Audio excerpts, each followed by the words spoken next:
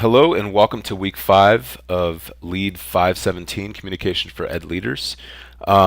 We are now officially done with a quarter of the course and a quarter of the semester. So I'd like to take this opportunity to encourage any of you that are struggling with anything, or those of you that may have questions or issues with anything in the course, to send me an email and set up a time for us to chat either on the telephone or via Skype.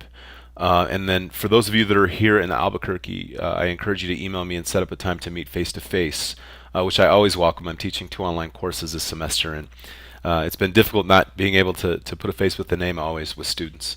So my office hours are on Wednesday between 1 and 4:30, though I ask that if you plan on attending my office hours, for those of you here in Albuquerque, still be sure to email me and let me know what time you're going to be there so that I can make sure that I'm in my office, because sometimes I step out for a meeting or a cup of coffee, but I just want to double check and make sure that I'm in my office if you stop by. And I look forward to hearing from you.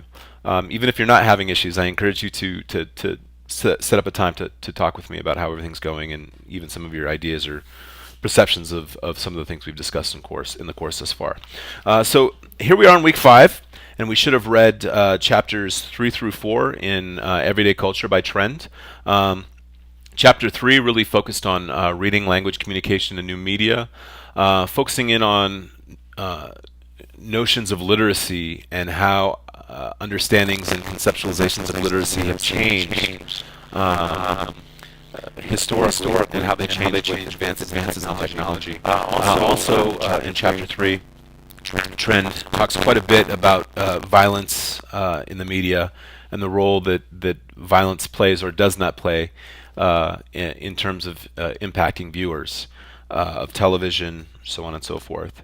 And then he talks about technology in the everyday and how advances in technology influence what we have access to culturally, and how we continue to engage young people as well in schools and outside of schools through technology, and what that means for communication. Chapter 4 focuses in on finding self and identity, and I think this is really important because all of these different forms of communications, all of these different mediums that we interact with on a daily basis inform our identity and shape our identity.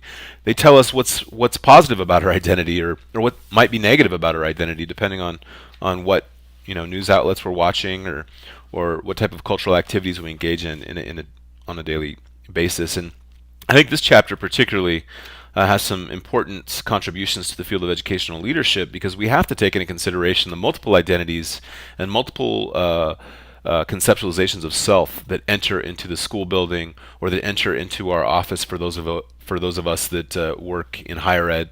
It's important. It's important that we understand how identity is constructed and how culture and communications influences the construction of the self and the construction of identity.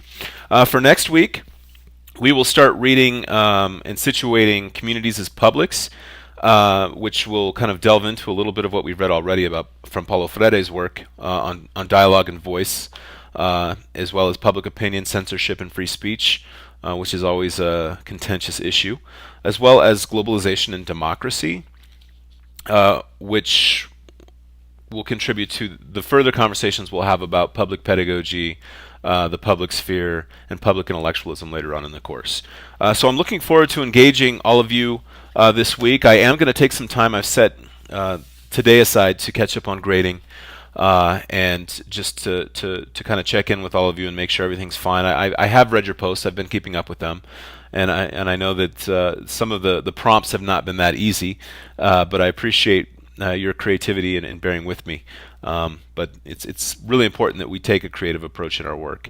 For those of you that have posted or did post last week your photo voice projects and photo essays, they look great. I really appreciate them. You've done an excellent job. Again, if you have any questions, shoot me an email. Be ready, because on Tuesday night, tomorrow night, I will post the prompt for this week. And I'm looking forward to reading your responses once again. And again, just to remind you, please be sure to email me and set up a time to chat, either via technology or face-to-face. I'm looking forward to it, and I wish you all a wonderful week. Take care.